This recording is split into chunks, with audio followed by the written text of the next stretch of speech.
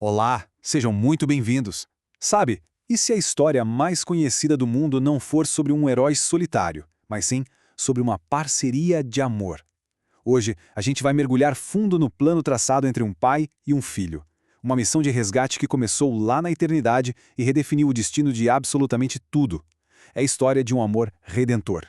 E o ponto de partida de tudo está bem aqui, nesse versículo que muita gente conhece de cor. Mas vamos olhar para ele com outros olhos. A palavra-chave aqui é amor. E não é um amor passivo, sabe? É um amor que age, um amor que deu. Essa é a motivação, a força por trás de cada passo que a gente vai ver. Foi por amor que o Filho foi enviado. A nossa jornada por essa história incrível vai seguir então 5 capítulos.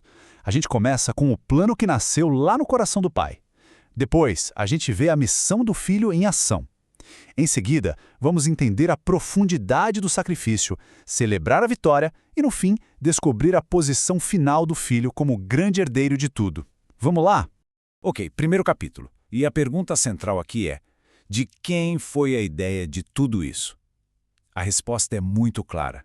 A iniciativa partiu totalmente do Pai. Isso aqui não foi um plano de emergência, sabe? Não foi uma reação a uma crise. Foi uma decisão tomada por amor muito, mas muito antes do mundo que a gente conhece existir. O resgate já estava planejado desde o início. Pois é, a vinda do Filho não foi um acaso. O texto de Gálatas diz que aconteceu na plenitude dos tempos. Pensa nisso como o timing perfeito de Deus. Cada evento da história, cada detalhe, foi como que orquestrado para levar a este momento exato. Por isso a missão não começou em Belém, ela começou no coração de Deus, antes mesmo da fundação do mundo. E aqui a história fica ainda mais profunda, porque o Pai não só apontou a direção e disse vá. Não, ele esteve envolvido em cada mínimo detalhe, preparando, apoiando, validando a missão do Filho a cada passo. Foi uma verdadeira operação conjunta, uma parceria perfeita em ação. Olha só que incrível esse processo de preparação. Primeiro, o pai selou o filho. É como se fosse um carimbo oficial, sabe? Uma chancela de autenticidade divina. Depois, ele ensinou, garantindo que as palavras de Jesus eram as palavras do próprio céu. Em seguida, ungiu, ou seja, capacitou ele com o poder do Espírito Santo para cumprir o ministério. E por fim, testemunhou abertamente, para que ninguém tivesse dúvida sobre quem ele era. E esse testemunho não foi nada frio ou distante. Foi uma declaração de amor, de prazer profundo. Imagina só ouvir a voz do céu afirmando essa relação. Isso só mostra a unidade e o afeto que sempre existiram entre o pai e o filho. Um amor que se tornou a base de toda a missão. Agora a gente chega no clímax da missão, o sacrifício.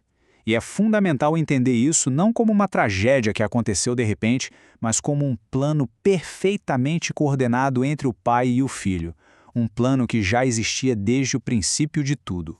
Para a gente conseguir entender o sacrifício, o Antigo Testamento nos dá uma ilustração muito poderosa. A lei dizia o seguinte: um jumento, por ser considerado um animal impuro, estava condenado, a menos que fosse resgatado.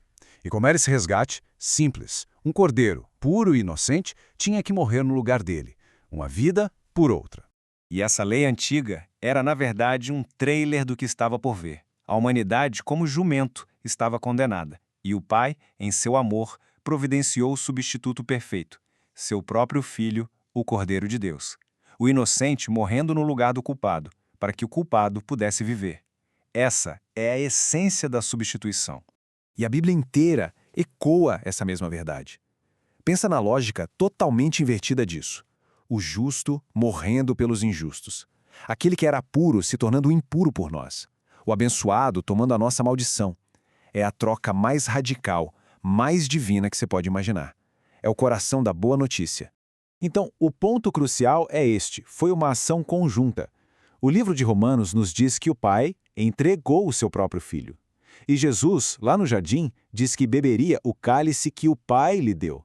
Quer dizer, mesmo no momento de maior agonia, havia uma unidade de propósito que nunca foi quebrada. Mas, de jeito nenhum, a história termina na cruz.